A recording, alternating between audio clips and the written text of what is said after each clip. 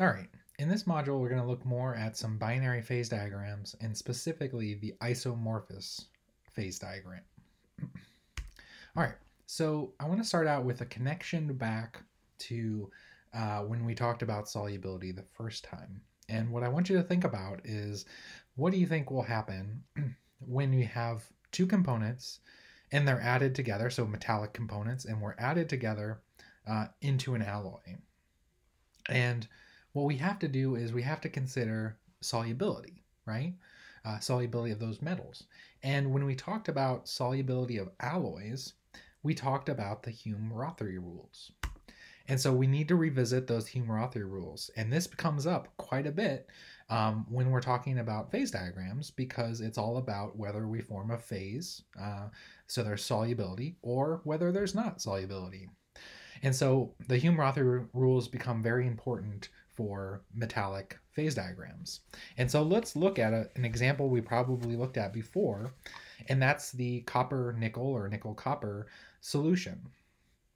And so those two metals have the same crystal structure, very similar electronegativities, off by only 0.1. The radiuses are also very close, within that 15% rule.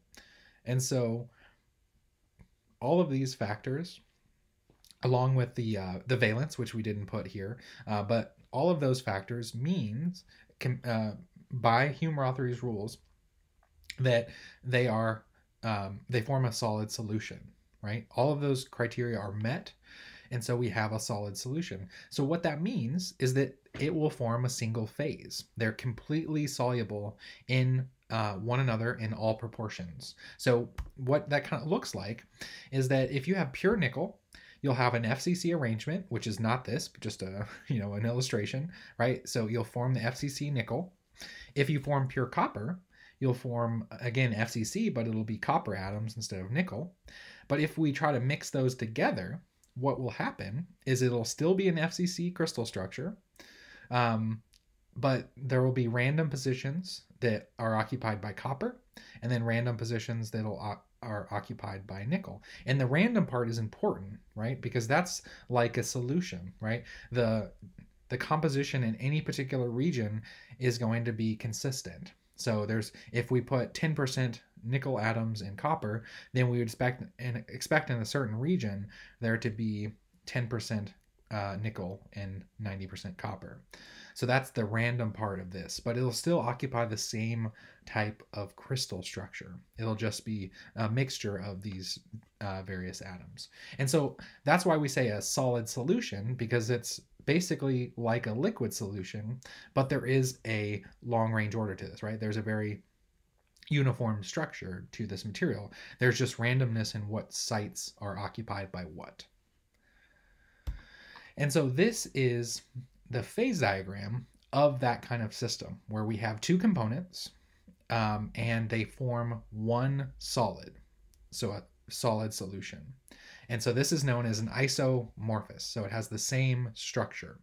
And so this is also binary because it has two components. So that's why we call it a binary isomorphous phase diagram. So don't be too thrown off by the names. Binary means two components. Iso means the same, and then morphous refers to the structure, so same structure. So this just tells us that we have one solid phase in this material. So let's just kind of go over what we're looking at here. So we have composition on the bottom. So this is in weight percent nickel. So here on this side, we have solid copper. And then over here on this side, we have solid nickel. And then in between, we have varying amounts of the two. And you can see that this light blue area down here says FCC solid solution. So the alpha phase, because they tend to be, solid phases tend to be named after Greek letters. So alpha being the first one. So you'll see a lot of alpha.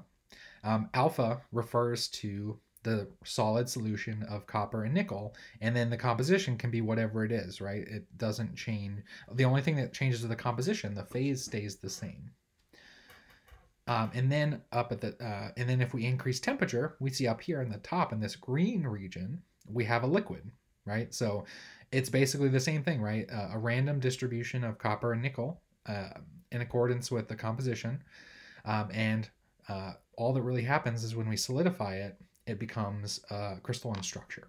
So the liquid and the solid are very similar in this case. The one difference that we see is that if we think about a pure material, such as copper, so if we look at this line, right, this refers to the copper. So this right here is the melting point of copper, which is almost 1100 degrees Celsius. So we see that we go from solid to liquid at that temperature. And then same thing, if we look at nickel, we can see nickel has a much higher melting point. It's at about 1450, but it goes straight from solid to liquid.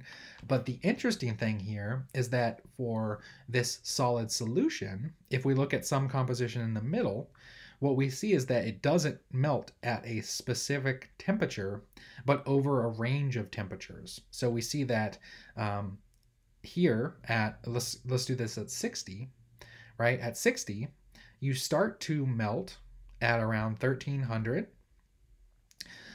and you have a range of temperatures over which you'll have a mixture of the two, solid and liquid. And then we have another temperature up here where it completely becomes liquid. So that's the interesting thing about alloys, is that there tends to be a range over which it melts, not a specific temperature like pure components here and here.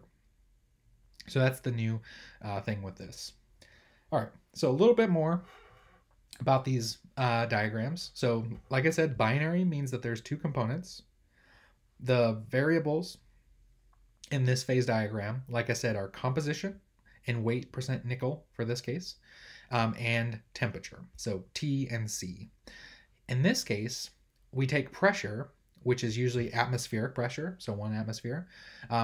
So in a lot of cases like this with solid materials, alloys or ceramics, pressure is held constant. So pressure isn't one of those independent variables that we change. It's always consistent.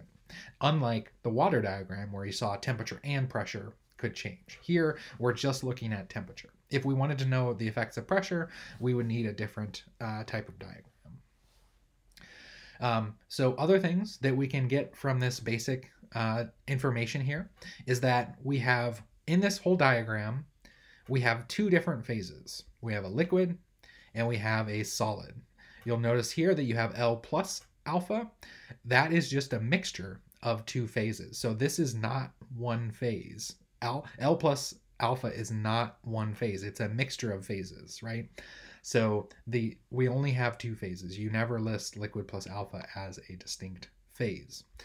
If you want to look at phase fields, regions in which there are different combinations, then we have three, right? We have a phase field that's all alpha, we have a phase field that's all liquid, and then we have a phase field in between that is a combination of liquid and alpha. And again, that alpha is the FCC structure with random positions of copper and nickel in the composition that you have for the diagram.